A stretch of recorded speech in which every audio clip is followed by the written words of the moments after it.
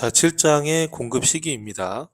자, 공급 시기란 건 우리가 어느 시점에 이 부가가치세를 과세할 것인가 된 거예요.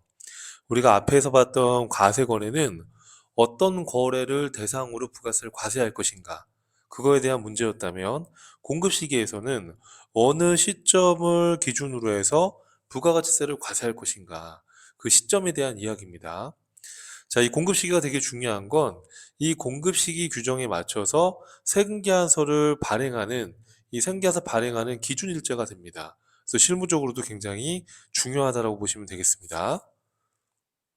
자, 그럼 여러분, 우리가 재화나 용역에 대해서 공급 시기를 어떻게 할 것인가에 대한 건데요. 재화의 공급 시기, 재화의 공급 시기는 그럼 물건을 판다 그러면 언제를 공급 시기로 보는 게 맞을까요? 쉽게 생각해서 물건을 고객한테 판매한 시점에 우리가 공급 시기로 봅니다. 회계도 물건을 팔았을 때 수익을 인식하는 것처럼 우리 부가가치세법에서도 공급 시기도 제화를 판매한 시점에 우리가 공급한 걸로 보는 거예요. 이게 부가가치세의 경우에는 기간 단위로 과세를 하다 보니까 이게 하루 차이로 인해서 세금을 6개월 후에 낼 수도 있는 거예요. 자, 무슨 얘기냐 하면 제가 여기 써놓은 사례가 이런 얘기예요. 예를 들어서 제조업자인데 주문을 5월 10일 날 받았어요. 물건을 만들어 가지고 6월 30일 날 물건을 발송했어요, 고객한테.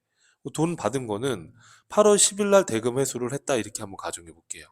그럼 대체 어느 시점에 이 재화를 공급한 걸로 봐서 과세할 거냐, 지금 이런 얘기를 해보고 싶은 건데, 만약에 여러분 5월 10일이나 6월 30일을 공급 시기로 보면 우리가 기간 단위 과세니까 1월 1일부터 6월 30일이 1기가 되는 거 맞죠? 그죠? 이렇게. 그리고 7월 1일부터 12월 31일이 2기가 되는 거잖아요. 그럼 1기 부가가치세에 대한 확정신고 기한은 7월 25일이죠. 2기 부가가치세 확정신고 기한은 다음 연도 1월 25일입니다. 그러면 우리 확정 6개월로 봤을 때, 그죠? 확정 신고로 봤을 때, 그러면 6월 30일 날 만약에 이걸 공급한 걸로 보면 몇 기에 기속이 돼요. 그러니까 몇 기에 속해요. 6월 30일이면 1기에 귀속되는 거죠. 맞죠? 그럼 7월 25일 날 세금 내는 거예요. 그러면 8월 10일 날 대금 회수했을 때, 또는 뭐 7월 1일 날 이렇게 8월 10일 날 공급한 걸로 보게 되면 2기에 귀속되니까 다음 연도 1월 25일 날 세금을 납부하게 되는 거예요. 이해되세요, 여러분? 이렇게 지금 기간 단위로 과세를 하다 보니까 대체 언제 이거를 판매한 것으로 볼 거냐, 이제 그게 이제 중요한 쟁점이 되는 것이죠. 자, 그래서 6월 30일 날 제품을 발송하고 대금을 8월 10일 날 받았다 하더라도 우리 제한은 일반적으로 물건을 판매하는 시점, 인도 시점에 공급한 걸로 보는 겁니다. 이해되시죠? 그래서 이 경우에는 6월 30일이 공급 시기가 되기 때문에 1기에 기속되어 7월 25일까지 세금을 신고 납부하게 된다라는 거예요. 만약에 회수한 날짜나 또는 뭐 7월 1일 날 공급한 거로 봤다면 2기에 기속이 돼서 차기 1월 25일 날 확정 신고가 되는 거란 말이에요. 이렇게 6개월 후에 세금을 신고 납부하게 될 수도 있는 거예요. 이렇게 하루 차이로 인해서. 그렇기 때문에 공급 시기가 굉장히 명확하게, 엄격하게 규정이 돼야 되는 거예요. 이 공급 시기를 늦춰서 세금을 늦게 낼 수도 있는 거니까. 그쵸? 이해되시죠, 여러분? 자, 그러면 일반적인 재화의 공급 시기가 어떻게 되느냐? 일반적으로. 말씀드렸던 것처럼 일반적으로 제품이나 상품 이런 재화를 팔았다 그러면 재화가 인도되는 때입니다. 우리 회계도 마찬가지죠. 일반적인 회사들은 물건을 팔았을 때 우리 상품 매출 수익을 인식하고 우리 부가가치세에서도 그때 재화를 팔았을 때 그때 부가가치세를 과세하는 거예요. 그 시점에. 이해되시죠? 자, 그런데 여러분, 재화의 이동이 필요하지 않은 경우다, 이렇게 돼 있어요. 여러분, 이동을 필요로 하지 않는 경우는 어떤 경우일까요? 건물을 내가 팔았어요. 건물도 재산 가치가 있는 재화잖아요. 그러니까 건물 재화를 공급한 거죠. 또는 내가 특허권을 양도했어요. 이것도 재화의 공급이죠. 그럼 이렇게 건물이나 특허권을 내가 팔았다고 했을 때 이거를 이동할 필요가 없잖아요. 그죠? 건물은 그 곳에 있는 거니까, 특허권이라는 것도 그 권리니까, 눈에 보이지 않는, 이렇게 이동이 필요 없다라고 한다면 필요 없거나 이동을 할 수 없다라고 한다면 언제 공급한 걸로 봐야 돼요? 우리가 이동이 돼야지 이걸 뭐 인도한 시점에 과세하겠다 이렇게 얘기할 수 있는 건데, 그쵸? 이 경우에는 재화의 실질적인 소유권이 이전되는 시점. 그러면 건물을 내가 팔았을 때 언제 소유권이 이전이 되는 걸까요? 그 건물을 산 사람이 이거를 이용할 수 있게 됐다면, 그러면 이게 소유권이 넘어간 걸로 볼 수 있는 거잖아요. 그래서 이렇게 표현하고 있습니다. 부가가치세법에서는 소유권이 이전돼서 이용 가능한 때, 밑줄 보시면 교재 이용 가능한 때를 소유권의 이전으로 보는 거예요. 그렇게 공급이 된 걸로 보는 겁니다. 이해되시죠? 이 특허권을 상대방이 이용 가능한 때, 그때 공급으로 보겠다라는 거예요. 이해되시죠? 자, 그럼 여러분 모든 재화를 자 이렇게 인도되거나 이용 가능한 때라고 딱 단정 지을 수는 없잖아요. 이 거래 형태가 굉장히 많은데, 그죠? 그러다 보니까 이런 1번과 2번의 기준을 적용할 수 없다면, 이런 그 밖의 재화를 공급했다면 그냥 이렇게 얘기하고 있습니다. 재화의 공급이 확정되는 때다. 그러니까 뭐 이거의 의미는 실질적인 소유권이 이전되는 시점이 있지 않겠느냐. 그래서 그 재화의 공급이 확정되는 때다. 이렇게 규정이 돼 있어요. 자, 그럼 이게 일반적인 원칙이고요. 구체적인 거래 형태별 공급 시기에 대해서도 규정을 하고 있습니다. 거래 형태별 주요 이런 재화 거래에 대한 공급 시기를 보겠습니다. 현금으로 받고 돈을 받고 팔거나 외상으로 판매하거나 할부로 팔았을 때, 자, 내가 현금 받고 물건 팔았어요. 그럼 언제 공급한 거예요? 그렇죠. 내가 물건을 인도했을 때, 그죠? 또 외상 판매. 자, 여러분 헷갈리면 안 돼요. 내가 오늘 물건을 팔고 내일 돈을 받았어요. 6월 30일 날 돈을 팔고 7월 1일 날 내가 외상대금을 받았어요. 이렇게. 그럼 6월 30일이 공급한 거냐? 7월 1일이 공급한 거냐? 6월 30일이면 1기에 속하고 7월 1일이면 2기에 속하거든요. 하루 차이로. 그럼 언제겠어요, 여러분? 자, 외상으로 팔든 현금 받고 팔든 또는 할부로 팔았어요. 내가 물건을 보내주고 돈을 나눠서 받기로 했어요. 이렇게.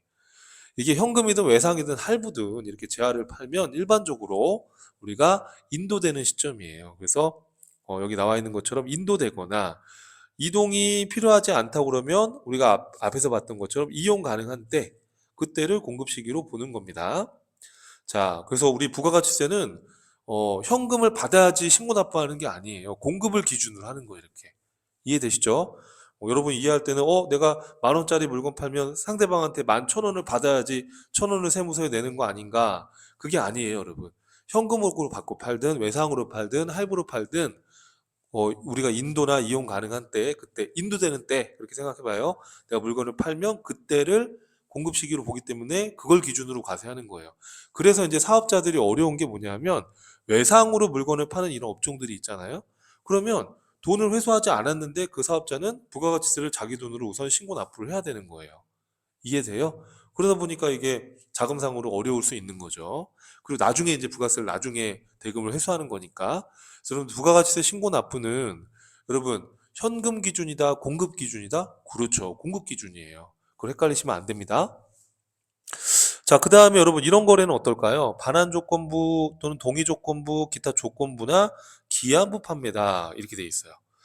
자, 어떤 조건을 부여해서 파는 형태가 있을 수 있겠죠. 뭐 예를 들어서 또 기한을 부여할 수도 있을 거예요. 예를 들어서 7일 이내에 물건 사용을 안 하셨다면 반품 가능합니다. 이런 조건을 부여했다고 해볼게요. 그럼 만약 7일이 경과했을 때는 반품을 할 수 없는 상황이 되는 거죠. 그럼 이런 경우에는 언제 판매가 확정이 되는 겁니까? 그렇죠. 그 기한이 종료되거나 또는 그 전이라도 나 이거 사겠다라고 뭐 확정이 됐다 그러면 그때 판매가 되는 거예요. 쉽게 말해서 기한이 경과되거나 또는 그 조건이 성취되거나 이때 판매가 확정이 되는 거니까 이때를 공급 시기로 보는 거죠. 그렇죠? 자, 그 다음에 장기 할부 판매, 완성도 기준 지급, 중간 지급 조건부 판매다. 뭐 이런 얘기가 나오는데요.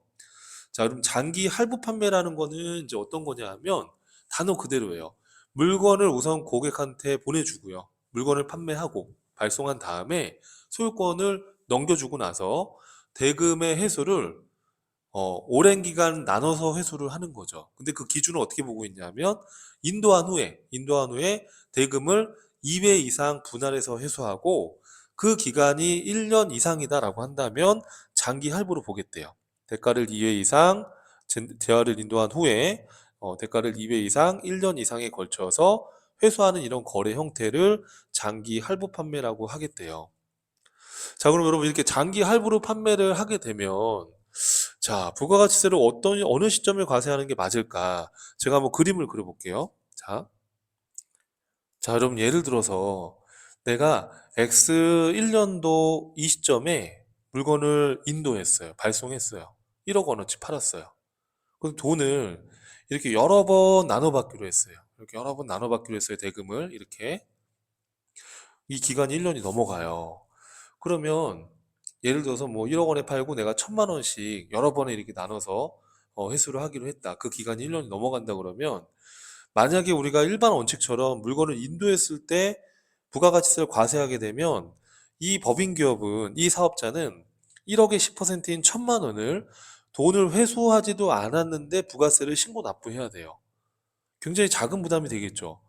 대금 회수도 안 됐는데 지금 회수하려면 아직도 기간이 많이 남았는데 이걸 우선 공급한 걸로 봐서 부가세를 내라고 하면 사업을 유지하기가 어렵습니다. 그렇잖아요?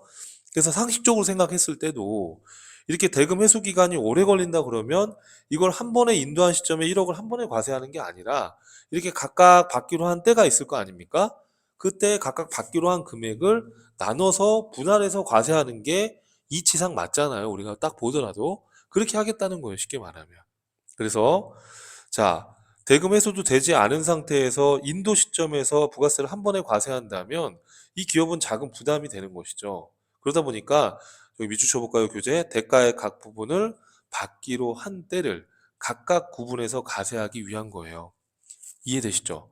자, 여러분 이 밑에 나와 있는 완성도 기준 지급이나 중간 지급 조건부 공급도 같은 의미라고 보시면 됩니다.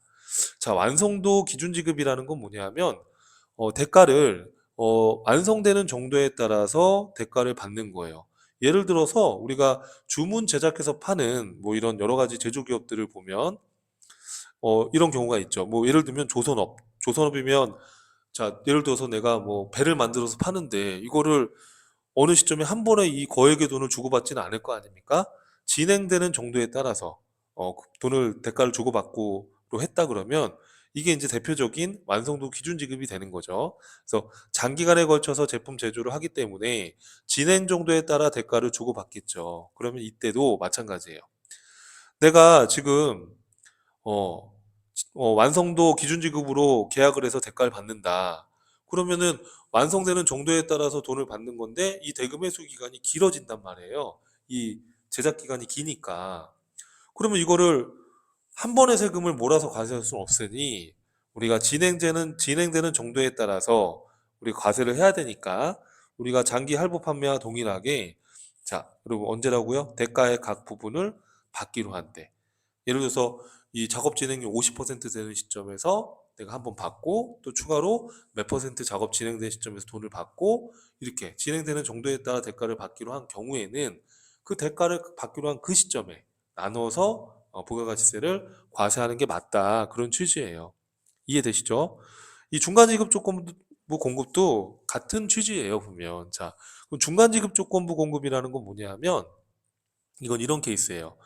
재화를 인도하기 전에, 그러니까 소유권을 넘겨주기 전에 대금을 계약금, 중도금, 잔금의 형태로 이렇게 대가를 받는데 그 기간이 6개월 이상에 걸쳐서 받는다.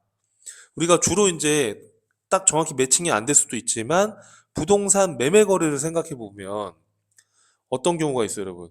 내가 이 건물을 소유권을 이전하기 전에 계약금을 먼저 받고 그다음에 뭐 1차 중도금, 2차 중도금, 뭐 잔금 이런 식으로 대금을 받잖아요. 그죠? 이런 경우에는 이제 중간 지급 조건부 공급이 될 수 있는 거죠. 그러면 이것도 마찬가지예요. 이 기간이 기니까 금액도 크고, 그죠? 이런 거래 형태는. 그럼 이거를 한 번에 과세할 수는 없는 거니까 마찬가지입니다. 대가의 각 부분을 받기로 한 때를 공급 시기로 보겠다. 그렇게 여러분 정리를 하면 돼요. 그래서 자, 우리가 이런 특이한 거래, 장기 할부 판매, 완성도 기준 지급 조건부, 중간 지급 조건부 공급 이런 것들은 한 번에 과세하는 것이 아니라 대가 각 대가의 각 부분을 받기로 한 때 그 받기로 한 금액을 나눠서 이렇게 과세를 하겠다라는 취지로 이해를 하시면 되겠습니다. 자, 그다음에 전력 등과 같이 공급 단위를 구분할 수 없다. 이런 계속적인 공급이다. 예를 들어서 한전에서 전력을 계속 공급을 해주는데 그럼 어느 시점에 이걸 과세를 끊어서 해야 될 거 아닙니까? 그래서 이렇게 계속적으로 뭐 전력 같은 걸 공급한다든지 그럼 어느 시점에 과세하실지가 문제가 되는데 이때도 마찬가지예요. 자, 고지서에 언제까지 정기요금 내세요라고 이렇게 고지를 다 하잖아요. 그럼 그때를 공급 시기로 봐서 과세하겠다. 그렇게 이해를 하시면 되는 거예요. 자, 그 다음에, 자, 우리 지금 뭐 하고 있는 겁니까, 여러분? 뭐 하고 있는 거죠? 공급 시기에 대해서 하고 있는 거 맞죠? 그래서 재화의 공급 시기는 일반적으로 인도다. 인도나 이용 가능한 때인데, 거래 형태별로 이렇게 장기 할부나 완성도 기준 지급이나 중간 지급 조건부 공급처럼 이런 특이한 거래에 대해서는 뭐 대가의 각 부분을 받기로 하겠다. 이런 식으로 거래 형태별로 어느 시점을 공급 시기로 할지를 규정을 해놓은 거예요. 이해되죠? 자, 그러면 양가로 4번입니다. 자, 재화의 공급으로 보는 가공계약이에요. 자, 우리 가공계약은 전혀 자재를 부담하지 않고 내가 단순 인가공만 하면 용역이 공급이지만, 그렇죠? 내가 자재를 사와가지고 물건을 만들어 팔면 이거는 제품 만들어 판 거니까 제조업처럼 이건 재화의 공급이라고 했었잖아요. 그죠? 그래서 주요 자재의 전부나 일부를 부담해서 제품을 생산해서 팔았다. 그러면 우리가 재화의 공급이니까 당연히 이거는 인도되는 시점에서 과세를 하는 거고요. 자, 만약에 자재 부담 없이 가공만 해가지고 팔았다 그러면요. 이거는 용역의 공급에 해당이 되는 거죠. 다만 건설업의 경우에는 자재 부담 여부와 상관없이 용역으로 본다 이렇게 설명드렸었죠. 자, 그러면 재화의 공급으로 보는 가공계약이라는 것은 어떤 걸 말하는 거예요? 그렇죠. 이거는 주요 자재를 내가 부담해서 물건을 판매한 겁니다. 그러니까 당연히 인도하는 때를 공급 시기로 보는 겁니다. 이해되시죠? 자, 자판기 등과 같은 무인 판매업을 하고 있다. 그러면 원래는 상식적으로 생각을 해보면 내가 커피 자판기에서 커피를 지금 구입하려고 그래요. 그럼 돈을 넣고 커피를 빼서 마실 거 아닙니까? 그러면 그때 공급을 한 거죠. 그 자판기에서. 그쵸? 그런데 이거를 일일이 다 확인할 수도 없거니와 이런 무인 자판기 같은 경우에는 그러다 보니까 무인 판매기 그 자판기에서 현금을 빼가는 때, 현금을 인출하는 때를 공급 시기로 보는 거예요. 해당 사업자가 예를 들어서 이제 뭐 한 달에 한 번이라든지 그 돈통에서 돈을 꺼내갈 거 아닙니까? 그죠? 그때를 공급 시기로 보겠다. 그럼 예를 들어서 여러분 우리가 생각해 보면 6월 30일 날 자판기 돈통에서 돈을 꺼내갈 수도 있고 7월 1일 날 돈을 꺼내갈 수도 있다라고 그러면 하루만 여러분 늦추면 이기에 속하는 거잖아요. 이거는 법에 나와 있는 규정대로 하는 거니까 이렇게 월말에 현금을 인출해야 된다 그러면은 이 자판기 업을 하고 있으시는 분들이다 그러면 이렇게 7월 1일 날 인출을 하는 게 낫지. 7월 1일 날 현금을 빼가는 게 더 낫겠죠. 이해되시죠, 여러분? 그러면 이기에 기속이 되잖아요. 그럼 좀 더 늦게 세금을 낼 수 있잖아요. 그것만큼 이자만큼의 어떤 이득을 보는 거니까. 그렇죠? 이거는 탈세가 아니죠, 그죠? 자, 그 다음 내용 보겠습니다. 자, 간주 공급에 대한 공급 시기는 어떻게 할 거냐, 뭐 이런 건데요. 간주 공급은 기본적으로 재화가 사용 소비되는 시점이라고 보면 돼요. 자, 우리 간주 공급에 어떤 게 있었죠, 여러분? 자, 우리 간주 공급 여러분 한번 다시 한번 읊어보면 우리 자가 공급, 개인 쪽 공급, 사업상 증여, 폐업 시 잔존 제한 기억나시죠? 자가 공급은 면세 전형, 또 비영업용 소형소형차 유지 전형, 판매 목적 타사업장 반출 이런 게 있었어요. 그럼 이런 간주 공급은 언제 그러면 공급한 걸로 볼 거냐? 기본적인 취지는 사용 소비하는 그 시점인데 구체적으로 보면 우리가 개인적 공급이다 그러면 직원한테 이렇게 선물로 사용 소비하는 그 시점을 과세하는 거예요. 그런데 사용 사업상 증여도 같은 의미이긴 한데 이 표현은 이렇게 돼 있어요. 사업상 증여는 증여하는 때, 그 증여하는 때 사용 소비를 하겠다 하는 거죠. 그렇죠? 그래서 증여하는 그 시점에 개인적 공급은 사용 소비하는 때, 사업상 증여는 증여하는 때, 폐업 시 잔존 제한은 언제일까요, 여러분? 그렇죠. 폐업하는 때. 폐업 신고하는 때가 아닙니다. 폐업하는 때, 실질적으로 폐업하는 그 시점을 공급 시기로 보겠다. 자, 면세 전형은 여러분, 그 가세사업에서 매입세 공제받고 면세로 사용 소비하는 때, 그 전용하는 때, 그때를 기준으로 보는 거예요. 비영업용 소형 승용차 여러분. 우리 영업용으로 매입세 공제받아 놓고 비영업용으로 전용하는 때, 그 사용 소비하는 그 시점에 판매 목적 타사업장 반출은 반출하는 때예요, 여러분. 쉽게 반출하는 때입니다. 자, 그래서 이 간주 공급 여러분들 꼭 기억을 해야 됩니다. 자, 그 다음에 직수출을 했거나 또는 중개 무역 방식의 수출이거나 직수출은 직접 외국에다가 수출을 하는 거예요. 중개 무역 방식 수출은 직접 수출하는 게 아니라 중개하는 거예요, 말 그대로. 바로 다른 나라에서 다른 나라로 수출을 하는데 우리나라에서 중개 무역하는 형태로 이렇게 수출을 하거나 이런 경우에는 선적일이에요. 재화의 선적일. 비록 비행기로 수출하면 기적일. 이렇게 배에다 실은 날, 또 비행기에다 실은 날, 그 시점을 공급 시기로 본다라고 규정되어 있습니다. 원양업이나 위탁 판매 수출. 자, 예를 들어서 내가 외국에 있는 사업자한테 위탁해가지고 수출을 한다라고 하면, 그래서 외국에 있는 수탁자가 이걸 수출을 하잖아요. 그죠? 그러면은 그때는 이 외국에 있는 사업자가 얼만큼 이 수출을 했는지 그 정산서를 받아봐야 되잖아요. 그래야지 공급이 얼마가 됐는지 알 수 있겠죠. 그래서 공급가액이 확정되는 때다 이렇게 규정돼 있어요. 위탁 판매나 원양업이나 이런 경우는 공급가액이 확정되는 때.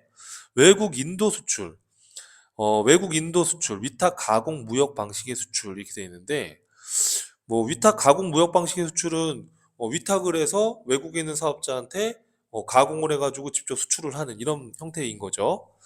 외국 인도 수출은 이제 어떤 경우냐면 뭐 이런 케이스를 들 수 있어요. 외국 인도 수출은 이런 경우에 봐봐요. 우리나라에 있는 건설업자가 우리나라에 있는 뭐 현대건설이나 이런 건설회사가 있잖아요. 뭐 중동이나 이런 외국에 가서 이런 건설 공사를 해주는 이런 거래를 생각해 보시면 그러면 어, 우리나라에 있는 건설 업체가 이제 이런 외국에 가서 건설 용역을 하게 되면 여기 외국에서 건설할 때 이런 쓰이는 장비들 있죠. 뭐 포크레인도 있을 거고 각종 중장비들이 있을 거 아닙니까? 그럼 이 건설 공사가 끝난 다음에 이 중장비를 싣고 우리나라로 복귀할 수는 없잖아요. 그러면 이 외국에서 건설 공사를 끝내고 이 중장비 같은 거, 포크레인이라든지 뭐 거기 각종 쓰이는 뭐 기중기라든지 이런 장비들을 이 외국에서 이걸 팔고 그 다음에 복귀를 하는 거란 말이에요. 그죠? 이게 외국 인도 수출이에요. 그래서 이 외국에서 이런 재화를 인도를 하는 이 경우를 말하는 거예요. 이런 외국 인도 수출. 그러면 언제 공급이 된 걸까요? 그렇죠. 이 외국에서 이 재화를 인도한 그 시점에 공급이 된 거죠. 그래서 외국에서 해당 재화가 인도되는 때입니다. 위탁 가공 무역 방식도 자 외국에 있는 업체한테 네가 가공해서 네가 직접 수출해라고 했을 때 언제 인도가 된 거겠어요? 그 외국에서 인도가 되는 그 시점에 공급이 된 걸로 보겠다. 그렇게 생각을 하시면 되겠습니다.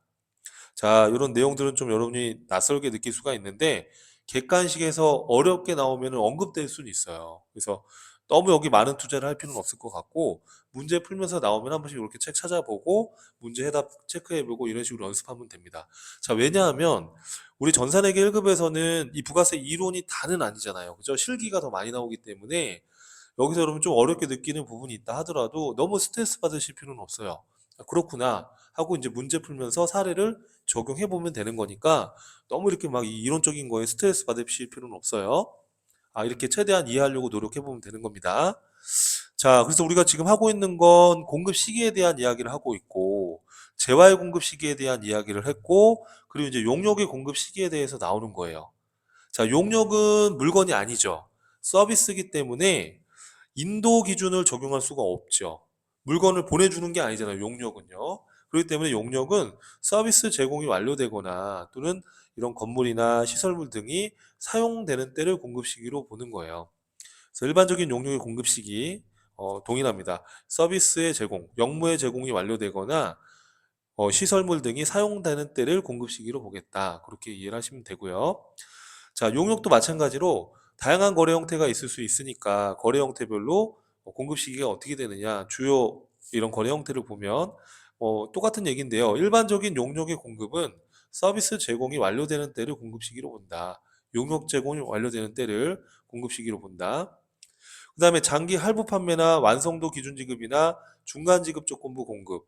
자, 용역이라고 하더라도 이런 거래 형태가 있을 수가 있죠. 자, 예를 들어서 자, 장기 할부 판매 어떤 게 있을 수 있을까요? 뭐 설비 유지 보수 용역 같은 거. 설비 유지 보수 용역을 제공한다.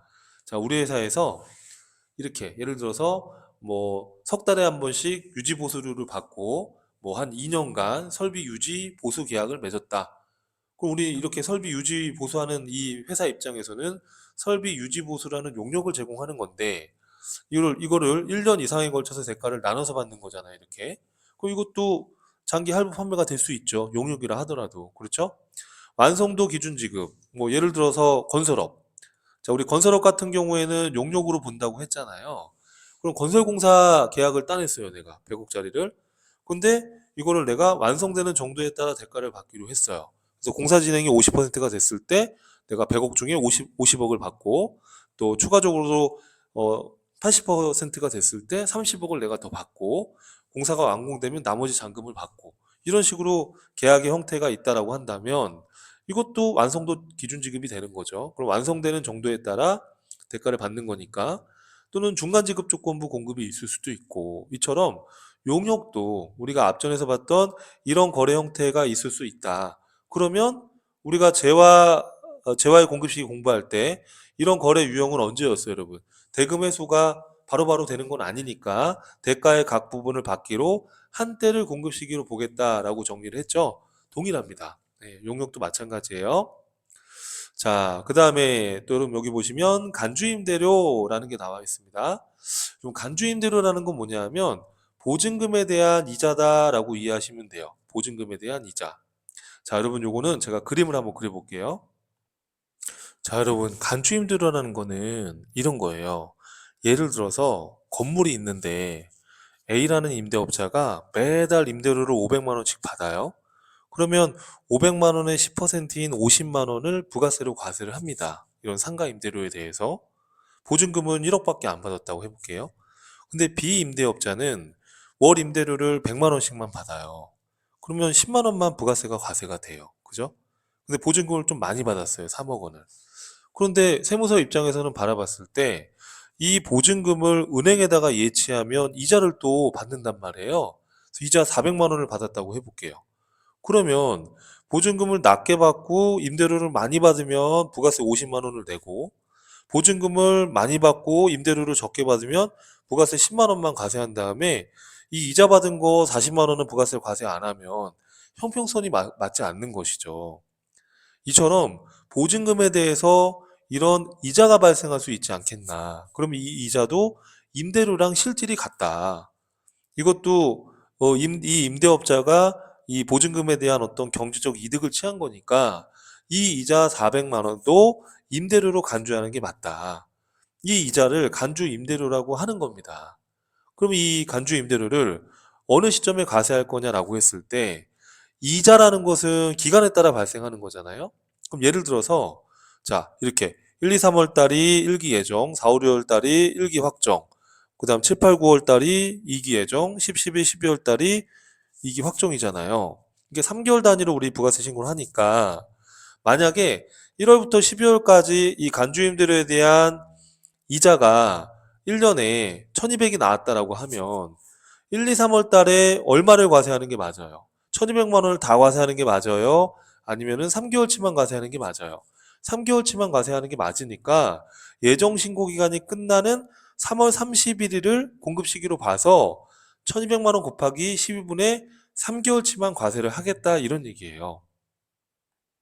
그런데 만약에 확정 신고 4, 5, 6월 달에 대한 부가세 신고를 한다. 자, 1월부터 12월까지의 1년치에 대한 이자가 1200이라고 가정하면 4, 5, 6월 달에 대한 부가가치세는 얼마만 내면 돼요? 4, 5, 6월 달 3개월이니까. 그렇죠.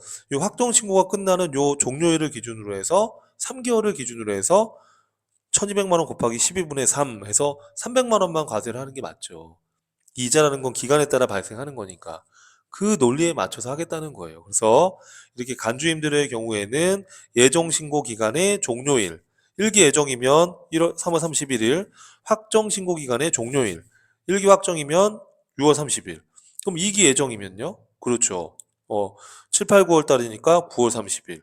2기 확정이면 12월 31일.